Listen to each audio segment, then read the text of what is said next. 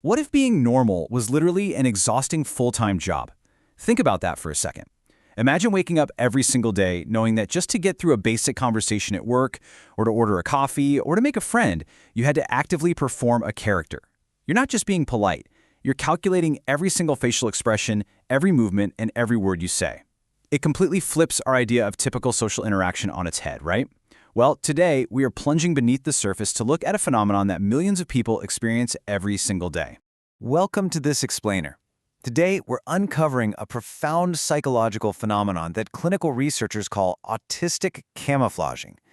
You know, when most of us think about autism, we usually just picture the visible behaviors, the tip of the iceberg, really. But right now, we're plunging underwater to look at the massive, hidden reality, the intense, invisible labor of just trying to fit in. Okay, let's get our definitions straight first. Clinical researchers define camouflaging as the coping skills, strategies, and techniques used to mask features of autism spectrum conditions during social situations. Basically, it's the conscious or even unconscious altering of your natural behavior just to appear neurotypical. But here's the wild part. How do you even measure something that is intentionally designed to be invisible? Well, to actually measure this, researchers rely on specific psychometric tools, primarily the Camouflaging Autistic Traits Questionnaire, or the CAT-Q for short.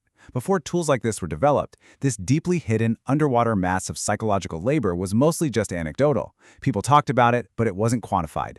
The CAT-Q totally changed the game. It allows clinicians to finally measure the extreme lengths individuals go to just to hide their natural autistic traits. And what makes the CAT-Q so fascinating are the actual statements it asks people to rate. Things like, I monitor my body language or facial expressions so that I appear relaxed, or I have developed a script to follow in social situations. And honestly, perhaps the most telling one, in social situations, I feel like I'm performing rather than being myself.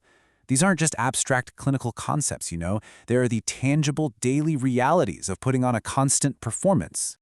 The mechanics of masking. So how exactly does someone pull off this performance in a world that just wasn't built for them? Researchers found that this labor basically falls into two distinct categories. First, there's masking. This is the exhausting act of suppressing natural autistic traits. Think of it like deliberately holding back the intense urge to physically fidget or stim. Second, we have compensation. This is the active effort of artificially generating new, neurotypical traits that absolutely do not come naturally, like forcing yourself to maintain eye contact. So it's basically a two-front war, stopping what comes naturally and forcing what doesn't. To really see masking in action, listen to the words of one adult interviewed in the study.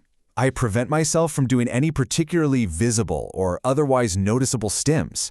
I still find myself doing things like shaking my leg repeatedly without noticing. Just imagine the absolute mental bandwidth it takes to constantly police your own body's natural instincts to self-soothe, purely so you don't make the people around you uncomfortable. On the flip side, compensation looks a little more like this. I look in people's eyes when I first meet them, because I know you're supposed to. Maintaining eye contact for many autistic individuals isn't just unnatural, it can actually be physically uncomfortable. To really grasp this cognitive load, imagine having to mentally translate a foreign language in real time just to hold a basic conversation. You're trying to listen to their words, but you're also screaming in your own head, look at their eyes, nod, smile. It is incredibly demanding. Section 2. Why autistic adults camouflage. Moving further down the iceberg, we really have to ask why. Why put yourself through this immense, exhausting psychological pressure every single day? Well, the motivation's generally split into two incredibly powerful human drives. First is assimilation. This is the highly pragmatic need to just survive, get a job, stay safe, or avoid being bullied. Second is connection. That's the fundamental human desire to make friends, build relationships, and form romantic attachments in a world that fundamentally communicates differently than you do. When we talk about assimilation, the reality is pretty stark. I'm pretty sure no one would ever hire me if I didn't camouflage in job interviews. For so many autistic adults, camouflaging is not a choice. It's treated as a mandatory survival tool for basic societal participation. Without the mask, they face severe economic and professional walls. And when it comes to connection, the reality is just heartbreaking. If I had known how to camouflage earlier, perhaps I wouldn't have been such an outcast as a child. That quote reveals the painful truth of navigating a world where your natural, authentic social behaviors just lead to isolation and rejection. The mask basically becomes the only perceived bridge to human warmth. Now, all of this builds into a comprehensive academic model. This three-stage process maps out the entire trajectory. It flows straight from those basic motivations to assimilate or connect, right into the central act of camouflaging, whether that's through masking or compensation. But, as you might guess, this constant performance eventually leads straight into some severe, unintended fallout. Which brings us to Section 3, the hidden costs. Now we're hitting the ocean floor to examine the psychological consequences. I fall to pieces. Those 4 little words perfectly capture the single most common consequence reported: absolute crushing exhaustion. You literally cannot run your brain on overdrive indefinitely without something breaking down. Imagine the physical and emotional drain the second a person gets home, closes their front door, and can finally drop the mask. Many need hours or even days of complete isolation just to recover from a completely standard social interaction. But the cost goes way deeper than fatigue. I'm not my true self. When you are constantly acting out a script, monitoring every single movement and burying your natural instincts, that overwhelming cognitive load eventually fractures your sense of authentic identity. You start to wonder, who am I beneath all this performance? This loss of identity leads to profound dissociation. Take this quote: "Sometimes I feel as though I've lost track of who I really am, and that my actual self is floating somewhere above me like a balloon." The real tragedy here isn't just the exhaustion. It's the deep, profound loneliness of realizing that the relationships you've built are connected to a fabricated persona and not the real you. Section 4. Rethinking Autistic Stereotypes. Ultimately, this invisible labor entirely shatters what society assumes autism actually looks like. The cost of successfully passing as neurotypical is incredibly high.